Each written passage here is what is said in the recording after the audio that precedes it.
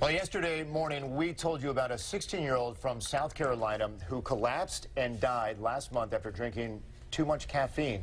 Authorities say he drank a large Mountain Dew, a latte, and an energy drink within 2 hours. Now, the coroner says the teenager did not have heart problems, but that even his healthy heart could not take the stress of all that caffeine. For more on this story and how much caffeine you should actually limit yourself to, we are joined in studio by KTVU medical expert Dr. Larry Burchett. Thanks for coming in, Doctor. Appreciate it.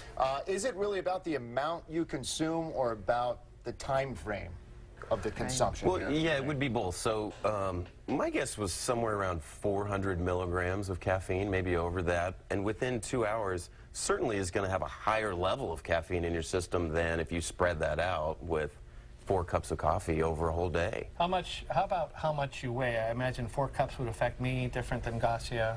Well, yeah, but this 16-year-old kid was over 200 pounds.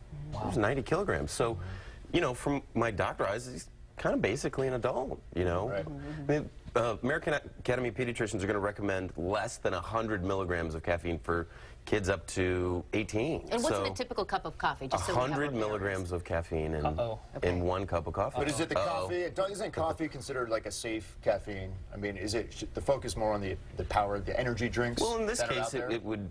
In this case, it would be the amount. So I don't know that the caffeine is any different in an energy. Now, an energy drink is going to have taurine and other substances that are going to, you know, affect you and stimulate you. Yeah. But you can get an overdose of caffeine from coffee. I'm in that newsroom. I'm not the only one who has 3 cups of coffee in 3 hours. I know I'm not. I mean, and we all seem to be fine. Are we pushing our luck? With, you know, a few cups of coffee in a few hours, I don't think so. Not a few, 3. 3. I'm worried about myself. You're 300 milligrams in 3 hours? I don't think so. Good. No. So for adults, 400 milligrams in a day. I guess I would ask you, do you have symptoms? You know, do you get too jittery? Do you have palpitations? Do you have a heart history?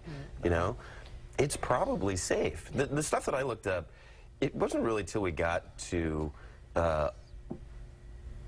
50 cups of coffee in a day when it's really a ton of coffee. You know, I see a lot, you know, like we're kind of in the final season, school's wrapping up, kids are, you know, all-nighters and cramming, and, you know, every time I fill up my gas tank, I see these little tiny bottles of, you know, 5-hour energy, super concentrated forms of caffeine. Do you have a warning for maybe students out there who might be planning to down a few of those and get through this and, you know, then head on off to their senior trip? Well, I mean, this story certainly makes you think twice about having too much in a short period of time. 100 milligrams, 200 milligrams is probably a cup or 2 of coffee, but combining these things together, you know, really pounding a lot of them like that.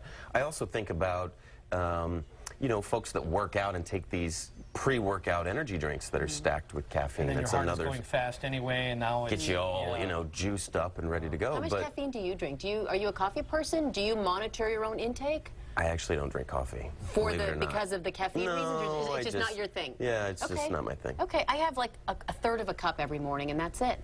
And I do it more for taste than the effect. But I have a ton of coffee. Yeah, I mean, you do. 3 or 4 cups, He does. you know, by today. But I don't really have any symptoms. But you mentioned the jitters. I mean, when that starts happening, should you go see your doctor? Should you just cut back a cup or 2? I don't know that jitters. I mean, the people who should definitely talk with their doctor about it, if you have a family history of heart disease, if you have heart disease. So what this kid died of was an arrhythmia.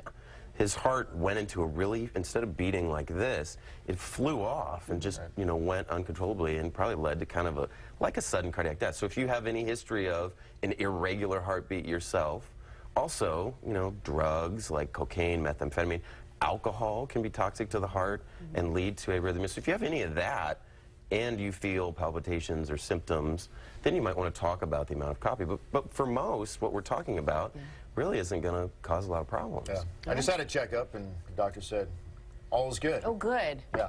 I'll knock on wood for that. Although, good. He said I shrank an inch, but really? I guess I'm already starting to go down. There you go, right? Dr. Larry, thank you so much for joining us. All right, thanks, guys.